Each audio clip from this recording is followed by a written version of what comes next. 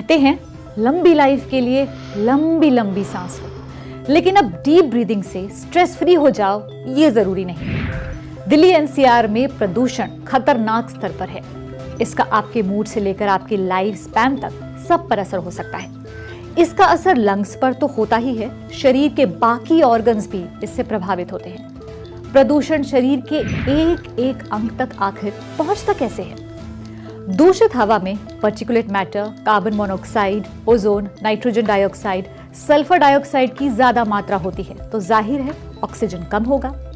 World health organisation के मुताबिक हम जब सांस लेते हैं तो पर्यावरण में मौजूद हानिकारक चीजें शरीर के भीतर चली जाती हैं। हवा के इन पॉल्यूटेंट्स के सूक्ष्म कण यानी फाइन पार्टिकुलेट मैटर इतने छोटे भी हो सकते हैं कि सांस के जरिए फेफड़ों में और फिर आपके खून में और फिर जाके आपके ऑर्गन्स तक पहुंचते हैं।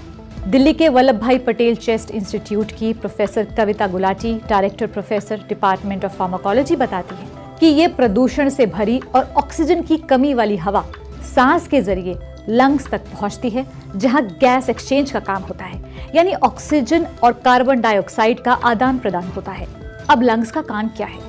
सांस के जरिए ऑक्सीजन लेना, उसे खून में पहुंचाना और फिर दिल के जरिए बाकी अंगों और मांसपेशियों तक पहुंचाना। साफ ऑक्सीजन की पर्याप्त मात्रा बहुत जरूरी है ताकि शरीर के सेल सही तरह से अपना काम करें। लेकिन पोल्यूशन की वजह से अंगों तक कम और खराब ऑक्सीजन पहुंचता है, शरीर को पूरी मात्रा में ऑक्सीजन नहीं मिलता। ऊपर से अगर आप बार बार प्रदूषण को अपने शरीर में आने देंगे तो वो इकट्ठा होने लगेगा, यानी कि एक्यूमुलेशन।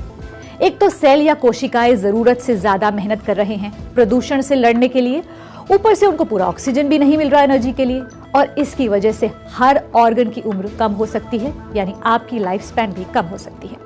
प्रोफेसर कविता गुलाटी बताती हैं कि फ्री रेडिकल्स वैसे तो हर शरीर में मौजूद होते हैं, लेकिन गिनती अगर ज्यादा हो जाए तो गड़बड़ हो सकती है।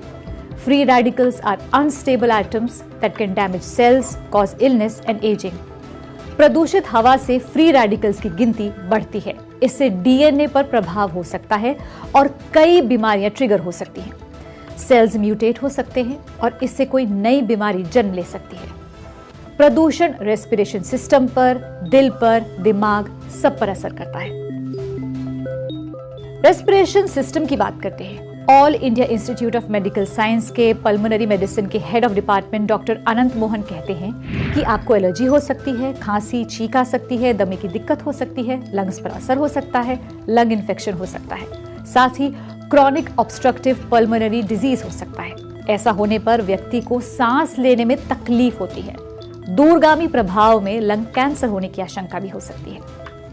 यूनिसेफ के मुताबिक खून में प्रदूषण उस लेयर पर प्रभाव डालते हैं जो दिमाग को नुकसानजनक केमिकल से बचाता है। इसमें दिमाग में सूजन हो सकती है, जिसकी वजह से brain stroke, dementia, Alzheimer's, Parkinson's का खतरा होता है। अब इससे बचने के लिए आप क्या प्रिकॉशंस ले सकते हैं? बाहर कम निकलें, वर्क फ्रॉम होम एक ऑप्शन है। घर की सफाई रखें, धूल कम ही हो। पेड़ बाहर भी लगाएं और घर पर कुछ इंडोर प्लांट्स रखें। एयर प्यूरिफायर भी एक ऑप्शन हो सकता है। अपने शरीर को अच्छे खाने और पानी से मजबूत बनाएं ताकि इम्यूनिटी अच्छी रहे।